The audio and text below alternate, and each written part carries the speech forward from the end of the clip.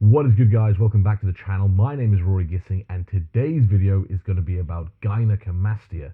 Why is today's video going to be about gynecomastia, or gyno for short? Well, unfortunately, I have developed gyno myself, so I thought this needs to be a topic. As my channel is all about transparency, I knew one day this topic is going to have to be covered because I have been slowly developing it and it's just a subject that needs to be spoken about. So this video is going to cover why you get gyno, how to prevent it or how to reverse it if it does develop, why do some people get it but others don't, and at what stage is it too late to be reversed, and the only way to get rid of it is for it to be surgically removed. And that is something I'm actually doing tomorrow. So yes, I'm in surgery tomorrow getting my gynecomastia removed, so we're going to touch on that a little bit as well. So if you haven't heard of the term gyno before, it is simply the increase or enlargement of breast tissue in males. It's always going to be behind the nipple, as that's where the gland is actually located. So if you have a lump somewhere else which isn't around the nipple, it's probably not gynecomastia. It might be worth checking out. So gyno develops as a result of hormonal imbalance. So it's normally a rise through estrogen or prolactin being too high in the body, which normally you will see with slightly lower testosterone, but it's very common in bodybuilders, which have very high testosterone as well. So it's very common in the bodybuilding community just because the amount of testosterone used in bodybuilding does mean that you're converting a lot of it into estrogen. So yes, testosterone gets converted into estrogen. So if you have high testosterone, the likelihood is you're going to have high estrogen. Prolactin can also be increased or elevated with other PEDs. But that's why there's such a big stigma for having gyno, and everyone tries to prevent having gyno because, one, it generally means you're on the sauce if you're in good shape. Of course, there are many cases which are due to medical issues, one of which is just simple obesity you can develop gynecomastia from. But if you're in reasonable shape with gyno, everyone's going to just think that's due to the source. So generally, no one wants to develop gyno. It is somewhat embarrassing and everyone loves pointing it out. But not only that, in competitive bodybuilding, you do actually get marked down for having visible gyno.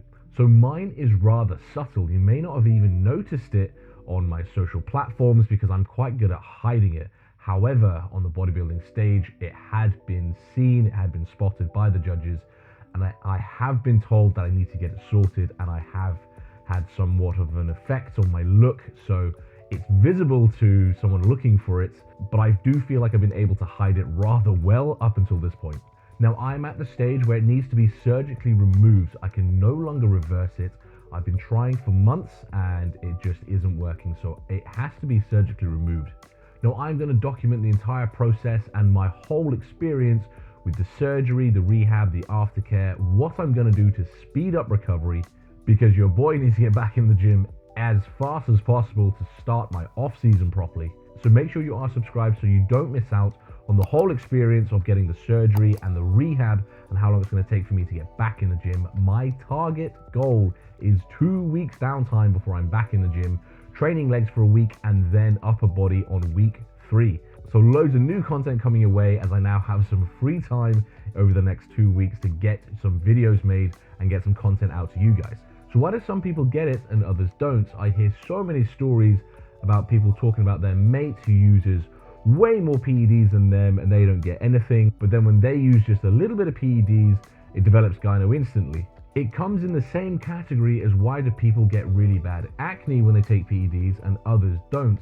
It purely comes down to genetics. You're either lucky for it or you're unlucky for it. Gyno is reversible without the need of surgery. I've seen it happen many times. I've been keeping mine at bay for pretty much 2 years. It was only this year where it's kind of, I want to use the term solidified and actually wouldn't reverse. Try to take all these preventatives and it just catches up. But this is just my experience. You guys are going to have to consult your doctor or get medical advice before trying anything you hear in this video. Arimidex, it is an aromatase inhibitor, and that just means it prevents the conversion of testosterone into estrogen. So I was using Arimidex to prevent the elevation of estrogen, and I was also using something to prevent the estrogen binding specifically in the nipple area on that gland there. So that was Novaldex, aka tamoxifen, which is a SERM, a selective estrogen modulator. What was it? Selective estrogen receptor modulator. Had to think about that one. So those two in combination do pretty well to keep your estrogen at bay. Now, if your prolactin is elevated, because if you remember, it can either be prolactin or estrogen that can get you to develop gyno, or both in fact.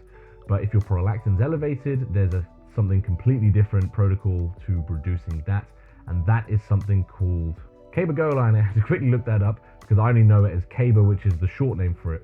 So those are the three things which worked for me, and they reduced the swelling so much so that it was pretty much invisible. I could feel it if I was feeling around, under the nipple and stuff. I could have, there's this tiny little pea lump under there, but you couldn't ever see it really. So that kept it at bay for years until this year. I think it got a little bit too out of control because I didn't want to keep taking these all year round. Why? They are not safe. There's a reason I said consult your doctor. They are not the safest things to take. You can mess with your brain chemistry among other things, but the big one for me is it increases your risk of heart disease. Would you prefer to shoot your chances of having a heart attack through the roof, or would you prefer to have gynecomastia surgery? I kind of weighed them up, and I thought if it develops, it develops, and I'll take care of that. I'll get it removed.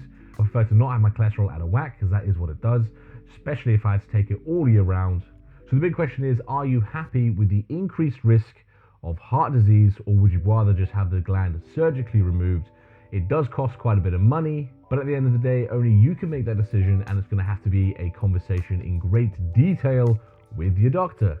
But that pretty much covers everything for today's video. I hope that this was informative if it's something you're struggling with, or it may just put you off ever touching PEDs, which isn't a bad thing at the end of the day. It's better for your health that way. So if you enjoyed the video, please give it a thumbs up, and don't forget to subscribe and check out all my other content. I will catch you guys after surgery, which will be my next video. Catch you guys later.